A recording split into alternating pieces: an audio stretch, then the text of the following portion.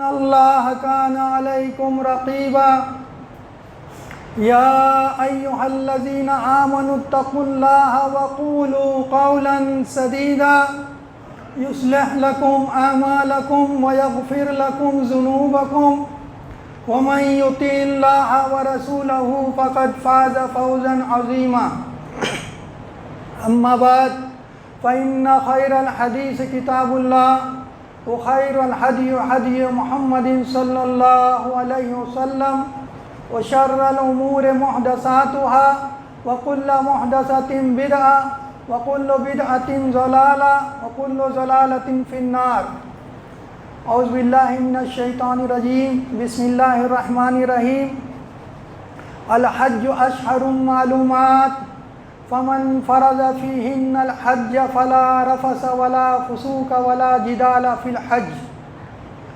رب اشرح لی صدری ویسر لی امری واحلل عقدۃ من لسانی یفقہوا قولی سبحانک لا علم لنا الا ما علمتنا انک انت العلیم الحکیم رب زدنی علما یا اللہ ہمیں حق کو حق ہی دکھا اور اس پر عمل کرنے کی توفیق عطا فرما یا اللہ ہمیں باطل کو باطل ہی دکھا اور اس سے بچنے کی توفیق عطا فرما آمین یا رب العالمین میرے محترم اسلامی بھائیوں بزرگوں اور دوستوں اور پیارے بچوں ابھی میں نے آپ سب کے سامنے مصنون خطبے کے بعد قرآن مجید کی ایک آیت سے کچھ حصہ تلاوت کیا ہے۔ اس میں اللہ رب العالمین فرماتے ہیں کہ حج کے مہینے مقرر ہیں، تو ان مہینوں میں یا ان دنوں میں جو کوئی حج کی نیت کرتا ہے اسے چاہیے کہ وہ کوئی رفث کا کام یعنی شہوانی کام بے حیائی کا کام نہ کرے، نہ ہی اللہ کی کوئی معصیت نافرمانی کا کام کرے اور نہ ہی لڑائی اور جھگڑا کرے۔ حج کی مہینے کی الحمدللہ ذی الحجہ کی تقریباً آخری تاریخ ہوگی۔ حاجی اپنے حج کو ادا کر کر واپس اپنے گھروں کی طرف لوٹ رہے ہیں۔ الحمدللہ اللہ تعالیٰ ان سب کے حج کو قبول فرمائے اور اس حج کو اللہ تعالیٰ امت مسلمہ کے لیے خیر و برکت کا اور رحمت کا باعث بنائے۔ اللہ رب العالمین نے جو عبادتیں ہم پر فرض کی ہیں، ارکان اسلام جو ہیں، کہ سب سے پہلے تو اللہ رب العالمین کی توحید کی گواہی، رسول صلی اللہ علیہ وسلم کی رسالت کی گواہی ہے ارکان اسلام میں، اشہد ان لا الہ الا اللہ وحدہ لا شریک لہ واشہد ان محمدًا عبدہ ورسولہ، کہ اس بات کی گواہی دے کر وہ اسلام کے اندر داخل ہوتا ہے۔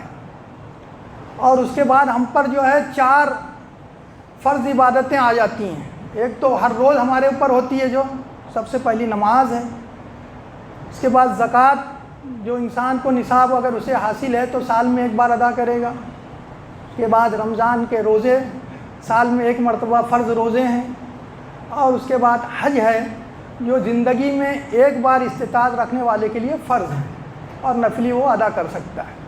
تو یہ عبادتیں جو ہیں یہ انسانی زندگی کے اوپر، مسلمانوں کے اوپر کئی طریقے سے اثر ڈالتی ہیں۔ اس عبادتوں کے فرض کرنے کا پہلا مقصد تو یہ ہے کہ اس کے ذریعے سے ہم اللہ کی بندگی کرتے ہیں، ہم جس ایمان کا اعلان کرتے ہیں اپنی زبان سے، جس کا دل سے اپنے تصدیق کرتے ہیں، یہ عبادتیں ہمارے عمل سے اس کا اظہار کا ذریعہ ہیں۔ سب سے پہلے کہ ہم اپنے ایمان کا اظہار اپنی فرض عبادتوں کے ذریعے سے سب سے پہلے کرتے ہیں۔ انسان اسلام کے اندر داخل ہوتا ہے، اس کے چند گھنٹوں کے بعد ہی کوئی نہ کوئی نماز کا وقت اس کے اوپر آ جاتا ہے۔ اب وہ اس نماز کو عملی صورت میں ادا کر کر اپنے ایمان کا عملی ثبوت دے گا، وہ کہ میں نے زبان سے جس چیز کا اظہار اعلان کیا ہے وہ اب میں دل سے اس کو کتنا مانتا ہوں۔ دل کی کیفیت تو اللہ ہی جانتا ہے نا، کتنا اس کے بارے میں میرے اندر جو ہے محبت ہے اور کتنا میں اس کی اطاعت اور فرما برداری اللہ کی کرنے کے لیے تیار ہوں۔ تو نماز کے ذریعے سے یہ ثبوت دیتا ہے وہ انسان۔ اسی لیے ہم دیکھتے ہیں نبی صلی اللہ علیہ وسلم کے دور کے اندر منافقین بھی، کہ جن کے بارے میں اللہ تعالیٰ نے قرآن میں فرمایا کہ ان المنافقین فی الدرک الاسفل من النار، کہ منافقین جہنم کی سب سے گہری وادیوں میں ہوں گے، سب سے خطرناک جگہ میں ہوں گے جہنم کی، جن کے عقیدہ خراب ہوگا، جو لوگ دل سے ایمان نہیں لائے، صرف دنیاوی مصلحت کے تحت یا اسلام میں مسلمانوں کو نقصان پہنچانے کے لیے داخل ہوئے ہیں منافقین، ان کا ٹھکانہ اللہ نے جہنم میں یہ بتایا۔ ان کا بھی معاملہ یہ تھا کہ وہ نماز کو پابندی وقت کے ساتھ میں اللہ کے رسول کے ساتھ میں ادا کرتے تھے، تاکہ ان کے ایمان کا لوگوں کو یقین رہے، اظہار کریں وہ ایمان سے۔ اسی لیے ان کے بارے میں اللہ تعالیٰ نے قرآن میں دوسرے مقام پر فرمایا کہ یہ لوگ جو ہیں وَإِذَا قَامُوا إِلَى الصَّلَاةِ قَامُوا كُسَالَىٰ يُرَائِيُونَ النَّاسَ وَلَا يَذْكُرُونَ اللَّهَ إِلَّا قَلِيلًا۔ یہ لوگ نماز کے لیے آتے ہیں تو خود دلی سے لیے نہیں آتے، خوشی خوشی نہیں آتے، بلکہ کسمساتے ہوئے آتے ہیں، لوگوں کو دکھانے کے لیے آتے ہیں، اور اس میں اللہ کو کم ہی یاد کرتے ہیں۔ تو یہ جو ہے ایمان اسلام کا جو عملی ثبوت ہم دیتے ہیں نماز کے ذریعے سے، پہلا دن میں 5 لیکن اس کے بعد دوسرا جو ہے زکوٰۃ، اگر صاحب نصاب ہے تو سال میں اس کے اوپر ایک بار فرض ہے۔ صدقہ خیرات کی بار بار تلقین کی گئی ہے کہ آپ صاحب استطاعت نہ ہو تو بھی آپ صدقہ خیرات کرتے رہو۔ روزہ سال میں ایک بار ہمارے اوپر فرض ہے، ایک بار 30 دن کے یا 29 دن کے روزے رمضان کے مبارک مہینے میں آتے ہیں، اس کے ذریعے سے پھر ہم اپنے ایمان کا عملی ثبوت دیتے ہیں۔ مسلمانوں کی اجتماعیت کا ایک ماحول ہوتا ہے۔ اور پھر حج کا جو مہینہ آتا ہے، حج یہ سال میں زندگی میں ایک بار ہے انسان کے اوپر، کہ جب بھی اس کو استطاعت حاصل ہے وہ پہلی فرصت میں حج کرے، اس کے ذریعے سے وہ اپنے ایمان کو مکمل کرے۔ تو بہرحال یہ تمام عبادتیں ایک تو پہلے ہماری عملی شہادت ہیں ہمارے ایمان کے لیے، دوسرا یہ ہے کہ یہ عبادتیں اللہ سے قرب حاصل کرنے کا سب سے پہلا زینہ اور سب سے بہترین طریقہ ہے۔ سب سے پہلا زینہ ہے کہ اللہ کا قرب حاصل کرنے کے لیے، اللہ کا ولی اور اللہ کا دوست بننے کے لیے یہ عبادت سب سے پہلا زینہ ہے۔ کہ اگر کوئی شخص نماز نہیں پڑھتا اور اس کے بعد میں بارے میں لوگ کہتے ہیں کہ وہ بڑا پہنچا ہوا ہے، بڑا اللہ والا ہے، اس کی دعائیں بڑے قبول ہوتی ہیں، تو ایسے لوگوں کے ایمان کی آپ تصدیق نہ کریں۔ بغیر کسی شرعی عذر کے انسان مسجد میں آ کر اللہ کے باجماعت اگر نماز نہیں پڑھتا ہے تو وہ اللہ کا ولی ہو ہی نہیں سکتا، وہ اللہ کا ولی ہو ہی نہیں سکتا، اللہ کا دوست ہو ہی نہیں سکتا۔ بلکہ ایسے لوگوں کے بارے میں آتا کہ وہ نماز بھی نہیں پڑھتے، بہت سے لوگوں کے بارے میں لوگ کہتے ہیں کہ یہ لوگ اللہ کے ولی نہیں ہیں، اللہ کے قریبی نہیں ہیں، بلکہ اللہ کی بارگاہ سے دھتکارے ہوئے لوگ ہیں۔ بغیر کسی شرعی عذر کے انسان مسجد میں آ کر باجماعت نماز نہ ادا کرے تو اللہ کا قریبی نہیں ہو سکتا۔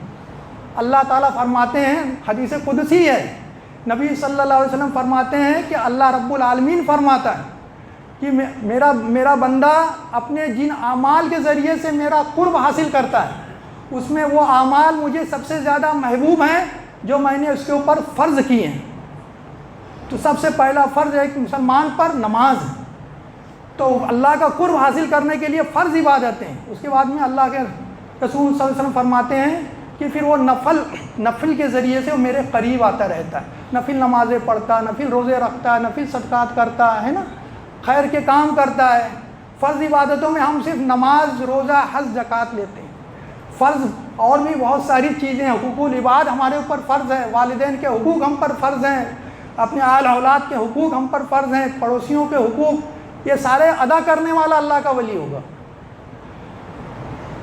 تو یہ قرب حاصل کرنے کا ذریعہ یہ دوسری چیز ہے، اس کے ذریعے سے ہم اللہ کے قریب ہوتے ہیں۔ تیسرا یہ ہے کہ اس کے ذریعے سے اللہ رب العالمین مومنوں کو ان کے اخلاق کو بناتا اور سنوارتا ہے۔ میرا موضوع یہی ہے، ان کے اخلاق بہتر ہوتے ہیں، ان کی زندگی کے اندر سے برائی دور ہوتی ہے، گناہوں سے وہ بچتے ہیں، برے کاموں سے، بری باتوں سے وہ بچتے ہیں۔ حج کے لیے جو میں نے یہ جو آیت کا کچھ حصہ تلاوت کیا تھا اس میں یہی 3 چیزیں خاص طور سے ہیں، اور اسی کے اوپر میں گفتگو زیادہ کروں کہ یہ ہمارے اخلاق کو بہتر بنانے کا سب سے بڑا ذریعہ ہماری عبادتیں ہیں۔ آج ہمارے اخلاق بڑے گھٹیا ہو گئے ہیں، مسلمانوں کے بڑے گرے ہوئے اخلاق ہیں، ہماری زبان بڑی گندی ہے۔ اس کی ایک وجہ یہ بھی ہو سکتی ہے کہ ہماری اکثریت جو ہے فرض عبادتوں کو ادا نہیں کرتی ہے نا، اور جو لوگ ادا کرتے ہیں وہ اس کو صحیح پابندی نہیں کرتے۔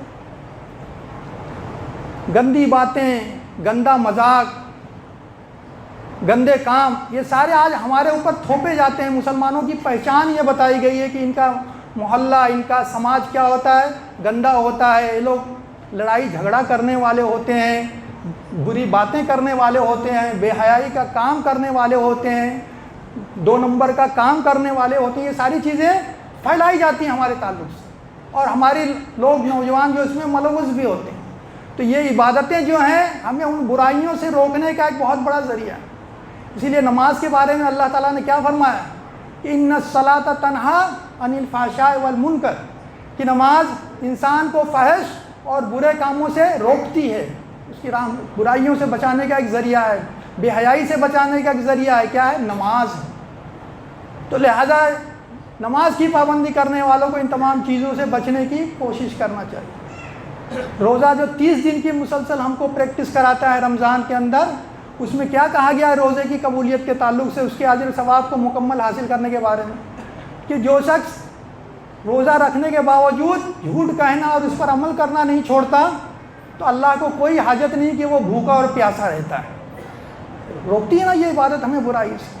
اسی دوسری روایت ہے اسی میں اور آگے ہے کہ الصیام جنہ، کہ روزہ ڈھال ہے، روزہ ڈھال ہے۔ تو تم میں سے کسی کے روزے کا دن ہو تو نہ ہی وہ کوئی بے حیائی کا کام کرے، نہ ہی شور شرابہ کرے، اور اگر اس سے کوئی لڑائی جھگڑا کرنے آتا ہے تو کہہ دے کہ میں روزے سے ہوں، میں روزے سے ہوں۔ تو یہ ہمیں بے حیائی کے کاموں سے، برائی کے کاموں سے، لڑائی جھگڑے کے کاموں سے روکنے کا ذریعہ بن جاتا ہے، ہماری اس کے اندر تربیت ہوتی ہے۔ تیسرا، یہ حج کے اندر سب سے پہلی بات اللہ تعالیٰ نے فرمایا کہ اس میں کوئی رفث کام نہ کرے۔ رفث دراصل استعمال ہوتا ہے عربی میں میاں بیوی کے جنسی تعلقات کے لیے اصل استعمال ہوتا ہے، اور اس کے ذریعے سے وہ تمام بے شرمی کے کام، بے حیائی کے کام آتے ہیں۔ حج ایک یہ واحد عبادت ہے جس کے اندر مسلمانوں کی، مرد اور عورتوں کی مکس گیدرنگ ہوتی ہے، ورنہ اسلام کا جو تمام عبادتیں اور تمام دوسرے جو ہمارے رسم و رواج ہیں، یہ مردوں کے الگ محفلیں ہوتی ہیں اور عورتوں کی الگ محفلیں ہوتی ہیں۔ حج ایک ایسا موقع ہوتا ہے کہ یہاں پر مرد اور عورتیں کئی مقامات پر مکس جب ہوتی ہیں۔ ہم دیکھتے ہیں طواف کی حالت میں کہ مرد اور عورت ایک ساتھ وہاں طواف کرتے رہتے ہیں۔ صفا مروہ کی سعی کے موقع پر مرد اور عورتیں ایک ساتھ طواف کرتے رہتے ہیں۔ اسی طرح سے آپ مینا میں جائیں، عرفات میں جائیں، قیام کے دوران میں یا پھر رمی جمرات کے دوران میں مرد اور عورتیں ایک ساتھ جو ہے سفر کرتے ہیں۔ اس میں بہت یعنی امکان رہتا ہے بے شرمی اور بے حیائی کی یا بد نظری کے لیے انسان۔ اس کے لیے وہاں بیوی سے بھی، جو کہ بہت سے لوگ میاں بیوی حج پر جاتے ہیں نا، ہمارے ملک سے تو یہ ہوتا ہے کہ بوڑھے لوگ جاتے ہیں بیچارے اکثر، اب تو ہے نوجوانوں کے اندر بھی تھوڑا جذبہ ہے، اب جانے لگے ہیں۔ پہلے تو ایسا ہوتا تھا کہ 65-70 کے پہلے کوئی جاتا ہی نہیں تھا، لیکن دوسرے ملکوں سے نوجوان لوگ آتے ہیں حج پر، نوجوان جوڑے آتے ہیں، میاں بیوی آتے ہیں حج پر مسلم ملکوں سے۔ تو وہاں روک دیا گیا کہ اپنی بیوی سے بھی کوئی دل لگی کی بات نہیں کر سکتا، وہ اپنی بیوی کے ساتھ میں بھی کوئی شہوانی بات نہیں کر سکتا، کام کرنا تو دور کی بات ہے حج کے دوران میں، ورنہ اگر ایسا کرے گا تو اس کے حج جو ہے خراب ہو جائے گا۔